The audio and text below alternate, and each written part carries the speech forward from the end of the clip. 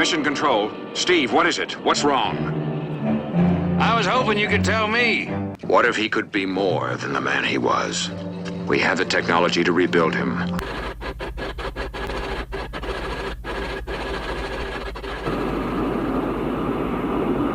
Okay, stand by for systems. Okay, Steve. Let's go for test range. I've got a blowout. Day for 3. Major pitch to 0. Pitches out. I can't hold altitude.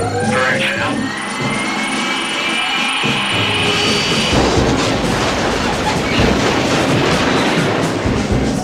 Steve Austin, a man barely alive. Gentlemen, we can rebuild him. We have the technology. We have the capability to make the world's first bionic man. Better than he was before. Better, stronger, faster.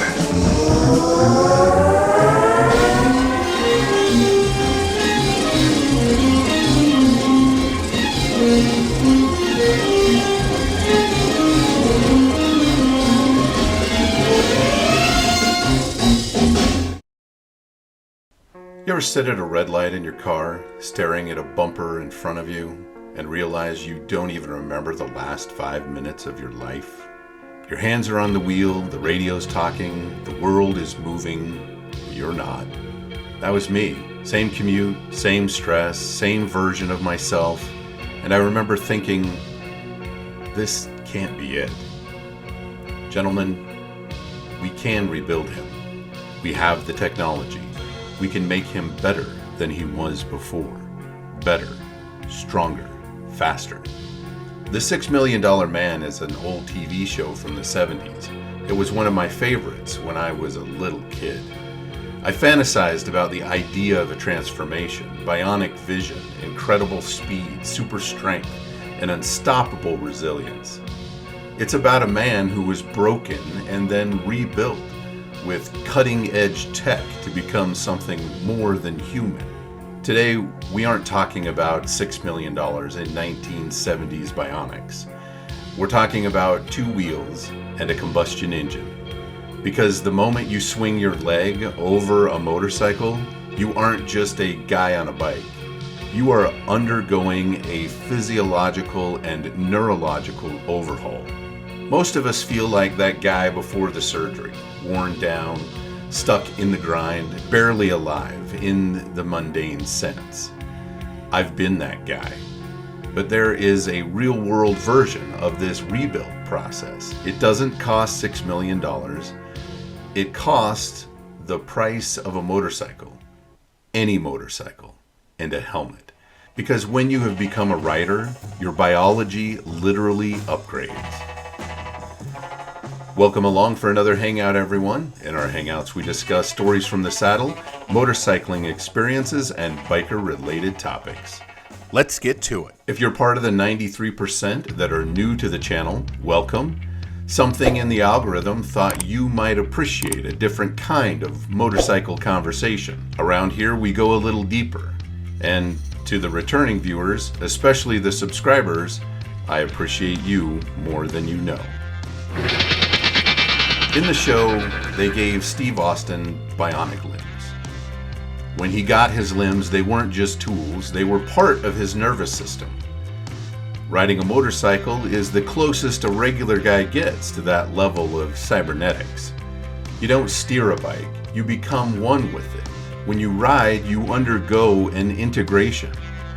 You get a sensory expansion into the physics of oneness. You use your entire body, your core, your thighs, your weight distribution to communicate with the machine. You don't just sit on a motorcycle, you wear it. Your brain begins to treat the front tire as an extension of your own hands. There's a closure of the feedback loop. Your brain begins to process vibration of the road and the lean angle as sensory input, much like a bionic limb.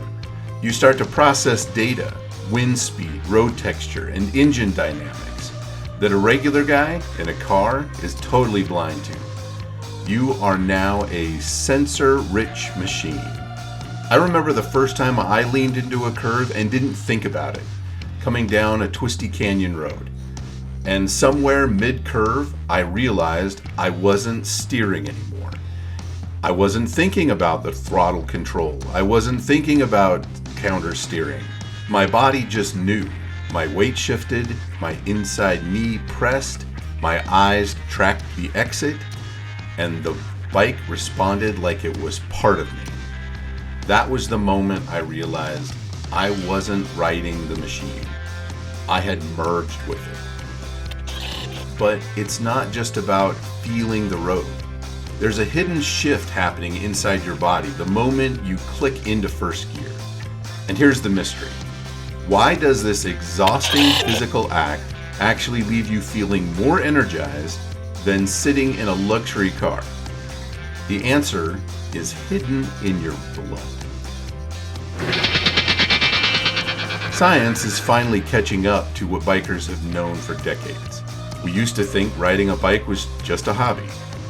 Then UCLA conducted a study to see what actually happens to a biker's brain. Riding a bike is a stress killer. It triggers a 28% decrease in cortisol. That's the stress hormone that makes you feel old and tired. That's not a vibe, that's biology. Riding your bike is a focus engine. It increases your heart rate by 11% and adrenaline by 27%, similar to light exercise. Your brain enters a flow state, the same state elite athletes and jet pilots use during dangerous, complex maneuvers. A relaxed, aware state where your sensory focus is enhanced beyond what is normally possible in a car. You're more awake on a motorcycle than anywhere else. And most people don't even realize how asleep they've been. There was a morning, I remember it clearly. I left the house irritated. Emails, deadlines, life stacking up. I almost took the car, but I took the bike instead. 10 minutes in, something shifted. The noise in my head got quieter. By the time I pulled into work, I wasn't carrying that same weight. Nothing in my life had changed, but my state had. That's not escape, that's recalibration. You aren't just focusing, you're effectively unlocking your brain. But there's a darker side to regular guy life that the motorcycle fixes, something we call throttle therapy. You are literally more awake on a bike than anywhere else. But this upgrade does more than just sharpen your focus. It actually starts to heal the psychological damage of hectic life. The $6 million man was rebuilt after a tragedy. For many, the tragedy is the mundane grind of modern life. Riding is a form of moving meditation. Experts call it throttle therapy. Because you must focus on the road to stay safe. Your brain is forced to drop the anxiety of the past and the future. Escape the void. In a car, you're a passenger in a box. On a bike, you're the pilot of your own destiny. You get a mental reset. Programs like Motorcycle Missions use riding to help veterans process post-traumatic stress. This forced mindfulness is used to help veterans and first responders find peace. It turns out the hum of an engine is at a frequency that heals. The intense focus required to navigate a curve forces your brain to stay in the now, silencing the ghosts of then. There was a stretch in my life where I wasn't sleeping well. Mind racing, always on, and riding didn't fix everything, but it gave me an hour where my brain had no choice but to be here. No past, no future, just throttle, clutch, horizon, and sometimes that hour was enough to keep things steady. Now, you've been rebuilt physically and mentally, but the transformation doesn't stop when you park the bike. It changes how people see you and how you see the world. Now you're about to be recruited into a global network you never knew existed. You've joined a secret society without even trying.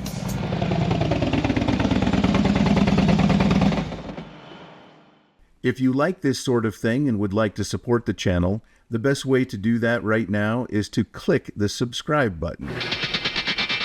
On the show, the Bionic Man was part of a secret intelligence agency, the Office of Scientific Intelligence, or the OSI. When you ride, you're recruited into the biker tribe. You're part of a global collective. You don't apply to the tribe. You don't sign paperwork. The initiation ritual is simple. You survive your first 1,000 miles. There's an unspoken bond. That low-handed wave you see bikers do, that's not just hello. It's a 100-year-old tradition recognizing that you are both part of the Rebuild Collective.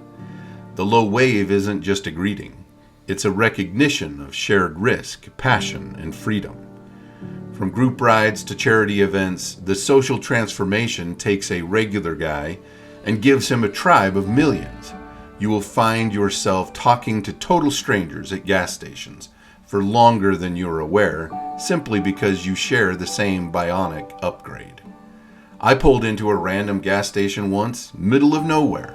Old guy on a Road King already parked there. We didn't know each other, didn't need to.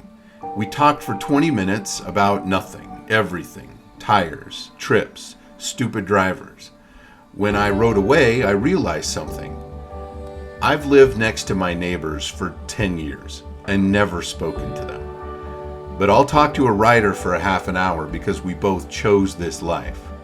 That's not coincidence. That's a tribe. You started as a man barely alive, crushed by traffic and stress. You don't just buy a vehicle. You swap your regular guy's software for something more. We can rebuild him. Not in a lab, not with $6 million, just fuel, steel, and courage. So here's the question for the tribe. When was the exact moment you realized you weren't just riding a bike, but the bike had actually changed you? You weren't a regular guy anymore. Was it a long solo trip or that first morning commute where the stress just vanished?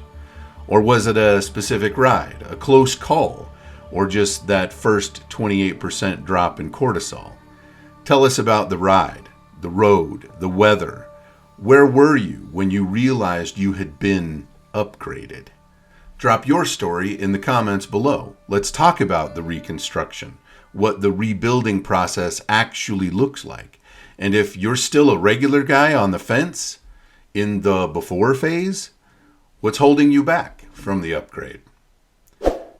Developing riding skill and overcoming fear can actually modify the structure and neurochemistry of your brain. There is actually a lot more to learn about the real science and transformational effects of throttle therapy. If you want to get smart, stick around and hang out a while longer by clicking this video. If you'd rather get out there on the road, this video is for you. I would really like to hear your ideas for Hangout topics and enjoy your questions or comments. I'll see you out on the road, and we'll see you next time.